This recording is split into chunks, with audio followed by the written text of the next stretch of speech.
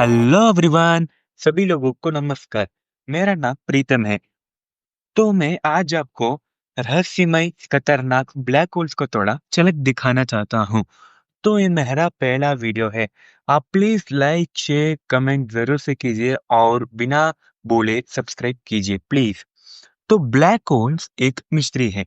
आप उसके अंदर चले गए तो क्या करेंगे और आपके साथ क्या होगा, मुझे जरूर से कमेंट कीजिए। तो मैं इस कहानी को शुरू करने से पहले मैं एक सिनेमैटिक ओपनिंग के जैसा एक दृश्य लेना चाहता हूँ। इमेजिन करो जहाँ टाइम लगभग रुक जाता है और ग्रेविटी इतना ताकतवर हो जाता है कि लाइट भी उससे बचकर नहीं निकल सकती। इसका मतलब है कि अगर मत ये लाइट ब्लैक होल के अंदर चला गया तो उसके अंदर से बाहर आना दूर की बात है, असंभव की बात है। यह एकदम नामुमकिन है। स्वयं लाइट ही नहीं निकल सकता तो हमारा सृष्टि या हमारा ग्रहों और सूरज और sound anything which can be measured कैसे जा सकता है यार। जा सकता है लेकिन उससे बाहर नहीं आ सकता, वही दिक्कत है। ये आप पिक्चर में देख रहे हैं ना, ये एस्ट्रोनॉट एक काल्पनिक एक फिक्शन है। इमेजिन करिए आप उस जगह पर रहते तो क्या होगा। तो मैं ब्लैक होल्स का मतलब बताना चाहता हूँ। जॉन मिचेल वैज्ञानिक ने 1783 में इसके बारे में पहला खोज किया था और 1916 में आइंस्टाइन ने जनरल रिलेटिविटी थियरी से हमें और जानकारी देते हुए स्पेशल रिलेटिविटी थियरी भी बताए थे। तो मिल्की वे गैलेक्सी में वैज्ञानिकों ने 100 से 1000 ब्लैक होल्स का डिस्कवर किया है। इन 1964 में पहला black hole Cygnus X1 discover हुआ था जो टेलीस्कोप के द्वारा दिखाया गया है। और 2019 में इवेंट होराइजन के द्वारा हमें एक और सुपर मैसिव ब्लैक होल्स दिखा। वो M87 गैलेक्सी के बीचों बीच था।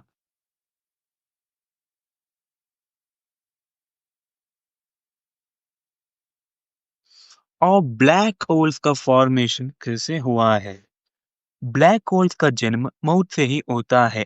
जब एक मैसिव स्टार जो सन से भी बड़ा है उसका फ्यूल खत्म हो जाता है, तब वह सुपरनोवा बनकर आता है। सुपरनोवा मतलब जब वह तारा फटता है ना, तब उसे सुपरनोवा बोलते हैं। तब यह इनक्रेडिबली डेंस कोर बनता है। तब वह काफी है तो ग्रेविटी जीत कर और तारा एक ब्लैक होल में बनता है। मतलब आप इस चैट में देख सकते हैं कि जैसे सुपरनोवा एक्सप्लोशन हुआ है, मास स्टार न्यूट्रॉन स्टार बनता है और वेरी हाई मास स्टार एक ब्लैक होल में बदल जाता है। इस फॉर्मेशन के पीछे बहुत सारे स्टेप्स है। आप इस ब्लैक होल देख रहे हैं ना, ये सुपर मैसिव ब्लैक होल है। तो मैं आज आपको different formation types of black holes when they are explode बताना चाहता हूँ। स्टेलर ब्लैक होल्स जो स्टार्स के कोलैप्सिंग से जन्म होता है। इसका मतलब दो तारा जुड़ गए तो ये स्टार बनता है। सुपर मैसिव ब्लैक होल्स जो दैत्य ब्लैक होल गैलेक्सी के बीचों बीच दिखता है, उनका निर्माण रहस्यमय है। और अगला है प्रीमॉर्डियल ब्लैक होल। तो यह ब्लैक बोल्ट छोटा है और इनका निर्माण बहुत रहस्यमय रीति से हुआ है। इनका निर्माण बहुत पहले बिग बैंग के समय इनका निर्माण हुआ था। तो बिग बैंग क्या है? बिग बैंग का मतलब है जब यूनिवर्स शुरू हुआ। आप इस चित्र में देख सकते हैं पहले डार्क एज बना, फिर फर्स्ट ईयर पर तारा बना, फिर गैलेक्सी बना और अब मॉडर्न गैलेक्सी बना है। क्या कोई मुझे कमेंट कर सकता है कि हमारा मिल्की वे गैलेक्सी मॉडर्न गैलेक्सी है या एक पुरानी गैलेक्सी है? तो actually what's inside the black hole? Black hole के अंदर सचमुच क्या है? पहला बाउंड्री हमें सामना करने वाला का नाम है इवेंट होराइजन। यह एक अदृश्य सरफेस है जहां हम वापस आने का कोई संकेत नहीं देता है और संदेश भी नहीं देता है कि तुम मेरे अंदर आए, तुम बाहर जा सकते हो। इसके अंदर गैस गया तो स्वयं लाइट भी चला गया तो उसके अंदर फँस गया तो वो बाहर आने के लिए तड़पता है और बाहर आना लगभग इम्पॉसिबल हो जाता है। बीच में सिंगुलैरिटी रहेगा। यह एक स्थान है जहाँ मैटर इन्फिनिटली क्रश्ड होकर डेंसिटी में बदल जाता है और यह ग्रेविटी इतना ताकतवर बन जाएगा कि लॉस ऑफ फिजिक्स भी कंप्लीटली फेल हो जाएगा। जो हमारे न्यूटन बना है ना लॉस ऑफ ग्रेविटी, वो कंप्लीटली फेल हो जाएगा। वह एक एक्सेलरेशन डिस्क होता है। मतलब आप देख सकते हैं ना यहाँ एक आग उगलता हुआ है ना वो एक्सेलरेशन डिस्क है। जहाँ कोई मटेरियल गया वह बहुत चमकता है। मिलियंस ऑफ डिग्रीज का तापमान सह कर पड़ता है और वह बहुत जोर से चमकता है। वह पूरा गैलेक्सी से भी अधिक चमकता है और संकेत देता है कि कोई चीज या तारा या कोई ग्रह या कुछ भी उसके अंदर समेट गया है, इसलिए मैं इतना ज़्यादा रोशनी छोड़ रहा हूँ। और भी साइंटिस्ट फोटॉन स्फीयर के बारे में कहते हैं जिनका उतना जानकारी नहीं है, वह इन ब्लैक होल के अंदर है। तो सचमुच फोटॉन स्फीयर के बारे में हमारे वैज्ञानिकों ने बहुत सालों से रिसर्च करके आ रहे हैं, लेकिन इनका जानकारी उतना नहीं मिल रहा है और इनका जानकारी बहुत रहस्यमय और अद्भुत है। हमारे बहुत सारे साइंटिस्ट कह रहे हैं जैसे कि सोमनाथ, जो पता है ना, वो मिल्की वे गैलेक्सी और बहुत सारे स्कोप में के रखे हैं हमारे इसरो के चेयरमैन सोमनाथ, वो इस जानकारी को हमें पहुंचाना चाहते हैं। तो मैं अब एक वीडियो दिखाना चाहता हूँ। ये देखिए कैसा है हमारा तारा, ये सब कितना छोटा दिख रहा है ना। वो ब्लू है ना, वो ब्लू क्या होता है ना, वो ब्लू रंग जैसा है ना, वो एक गैलेक्सी ही होता है। और ये एक गैलेक्सी का अंदर का छोटा सा ब्लैक होल है, ये छोटा ब्लैक होल है। मैं पहले बताया था ना एक छोटा ब्लैक होल वो है ये प्राइमोर्डियल ब्लैक होल। और ये दिख रहा है ना ये अदर यूनिवर्स का एक चित्र है। इनका उतना स्पेसिफिक जानकारी नहीं है मेरे पास। So next topic is what's actually inside singularity? Singularity के अंदर सच में क्या होता है जो लॉस ऑफ फिजिक्स को भी तोड़ देता है। जैसे कि मैंने पहले भी कहा था, जैसे हम सिंगुलैरिटी के अंदर बढ़ते हैं तो लॉस ऑफ फिजिक्स मतलब लॉस ऑफ मोशन जो कोई भी आइंस्टाइन ने बताया था वो सचमुच फेल हो जाएगा। इसके बारे में Einstein relativity theory with quantum mechanics हमें बहुत ज़्यादा जानकारी देकर हमें कहता है कि सच में ब्लैक होल के अंदर क्या है और सिंगुलरिटी एक्चुअली क्या है। क्या वो स्पेस और टाइम कर्वेचर से लिंक है या कोई दूसरी चीज है सिंगुलरिटी या फिर काल्पनिक। तो ये हमारे जनरल रिलेटिविटी थियरी में बताया जाएगा जो अब मैं डिस्कस करने वाला हूँ। उससे पहले सिंगुलैरिटी का एक चित्र आप देख सकते हैं ना, उसके नीचे इंफॉर्मेशन है, ऊपर ही आपको बहुत जानकारी मिलेगा।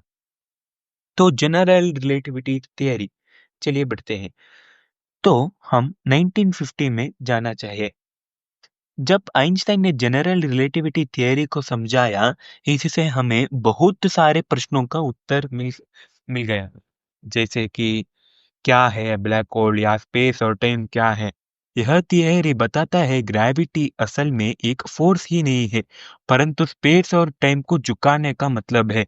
हमारे आइंस्टाइन चाचा है कह रहे हैं कि ग्रेविटी सिर्फ एक फोर्स नहीं है, वो ऐसा चीज है, वो स्पेस और टाइम को बेंड कर कर गहराई में लेकर एक बहुत अदृश्यमय चीज बनाने वाला है जो सिर्फ थियरेटिकली पॉसिबल है हमारे पृथ्वी में, लेकिन आप स्पेस में गए तो ये प्रैक्टिकली भी पॉसिबल है। आप बहुत सारे वैज्ञानिक इसके बारे में चर्चा करके मैं बता रहे हैं।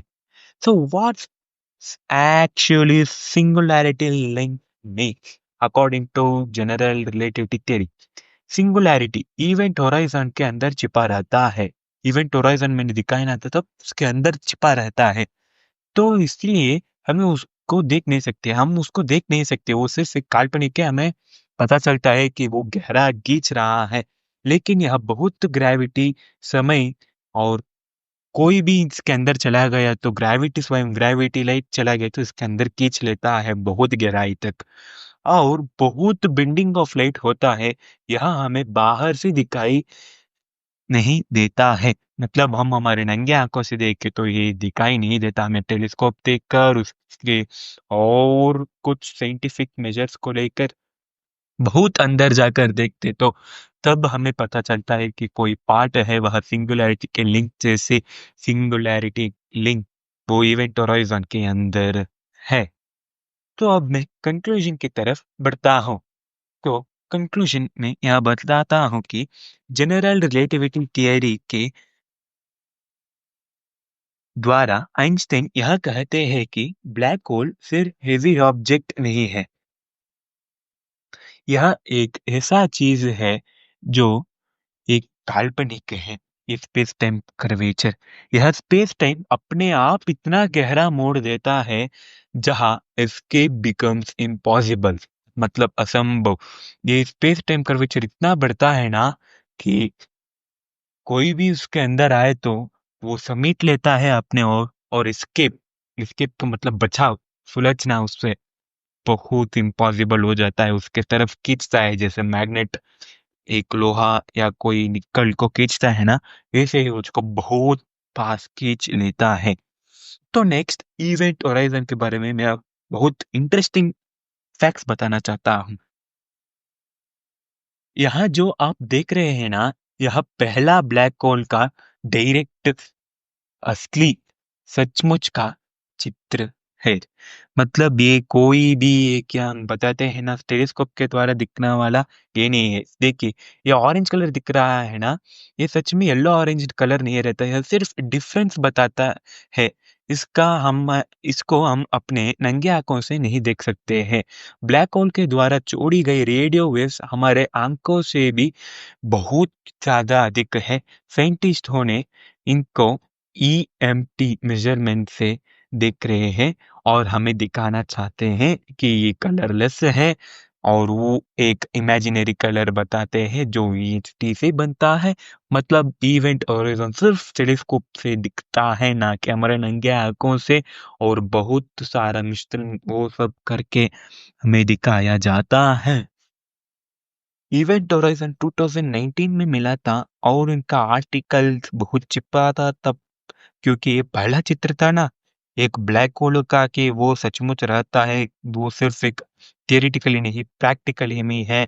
देखिए देख सकते हैं कितना उलझा हुआ है ये।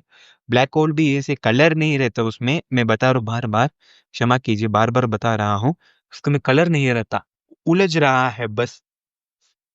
देखिए गहरा है उसका मुंह, देखिए उसके अंदर ब्लैक के अंदर है। तो ये देखिए पहला अप्रैल 5 में बहुत जोर से दिखा, अप्रैल 6 में थोड़ा लेट हुआ, अप्रैल 10 में तो और थोड़ा लेट हुआ, अप्रैल 11 में और थोड़ा डिम हुआ। और यह डे बाय डे वीकर होता जाता है ब्लैक होल हमारे आंखों से, जो M87 गैलेक्सी के बीचों बीच है। तो नेक्स्ट इंटरस्टेलर मूवी के बारे में मैं अब बताना चाहता हूँ। तो ये मूवी एक शानदार मूवी है। इसका एक्टिंग जो किया ना जोसेफ कूपर का पात्र मैथ्यू MC कॉनवे बहुत अच्छे से निभाया है। मैं बोलता हूँ must watch movie, A worth it है मूवी।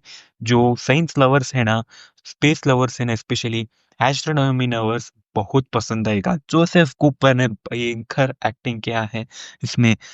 तो हम अब ये चित्र को एक दीर्घांश अंश में बताना चाहता हूँ तो इसको एक साइंटिस्ट ने बनाया है, ना कि ये कोई डायरेक्टर से बनाया गया है, ना कि कोई एक आम सामान्य मनुष्य ने, एक साइंटिस्ट ने बनाया है यार। ये वो नोबेल विजेता साइंटिस्ट है, इनका नाम किप थॉर्न है। इसमें गारगेंटी का चित्रण, आप मूवी देखे तो पता चलेगा, गारगेंटी का चित्रण नोबेल प्राइज विजेता फिजिस्ट किप्टन की सहायता से ही चित्रण किया गया है।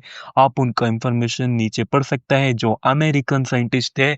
उन्होंने इस इंटरस्टेलर मूवी का बहुत बड़ा पात्र अपने सिर में उठाकर इसको बहुत तालमेल से जोड़कर हमारा गैर घंटा का चित्रण इन महान किप्टो नोबेल प्राइज विजेता से बनाया गया है।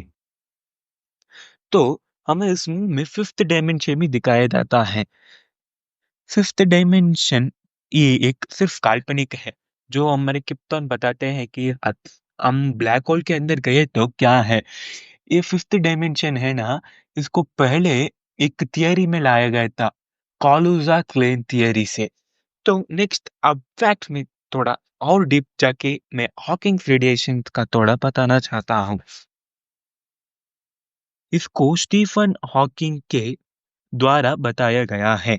क्या? Hawking radiation. ब्लैक होल्स धीरे से पार्टिकल्स को इमिट डिस्चार्ज करते हैं और उसका मास लॉस होता रहेगा। इसके द्वारा हमें यह जानकारी हासिल होती है, ब्लैक होल्स फॉरएवर नहीं होता, वो शाश्वत नहीं होते, अमर नहीं होते हैं, वो एक तात्कालिक है। और हमें और बहुत जानकारी मिलता है इसमें, जो हॉकिंग रेडिएशन के द्वारा हमें बताया गया है।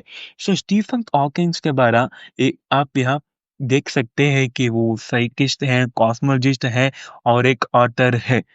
और यह एक थियोरेटिकल इंग्लिश लैबोरेटरी में एक मेन सीईओ हेड थे। तो नेक्स्ट फैक्ट के तरफ चलते हैं, उसका नाम है, क्या black holes can actually spin? थोड़ा ब्लैक होल्स मतलब एक एक ब्लैक होल्स इतनी तेजी से घूमते फिरते हैं जितना कि स्पीड ऑफ लाइट के बराबर। देखिए स्पीड ऑफ लाइट बहुत मिलियंस ऑफ लाइट ईयर्स के स्पीड के समान है वो। एक ब्लैक होल भी उतना स्पीड से घूमता है। खुश रहो, हमारे मिल्की वे गैलेक्सी में ये नहीं है। तो अगला है सुपर मैसिव ब्लैक होल। तो सुपर मैसिव ब्लैक होल इतने बड़े होते हैं कि बिलियंस ऑफ सूरज के वजन एक बराबर है। जैसे कि आप चित्र में देख सकते हैं कि एक हमारा सूरज, इतना बड़ा सूरज एक टन 618 गैलेक्सी में इतना छोटा दिखता है कि जैसे एक बड़े दैत्य ने एक छोटा सा मानव को लिया है। यहाँ ब्लैक होल है टन 618, यह बहुत विशाल है। आप इंफॉर्मेशन उसमें पढ़ सकते हैं।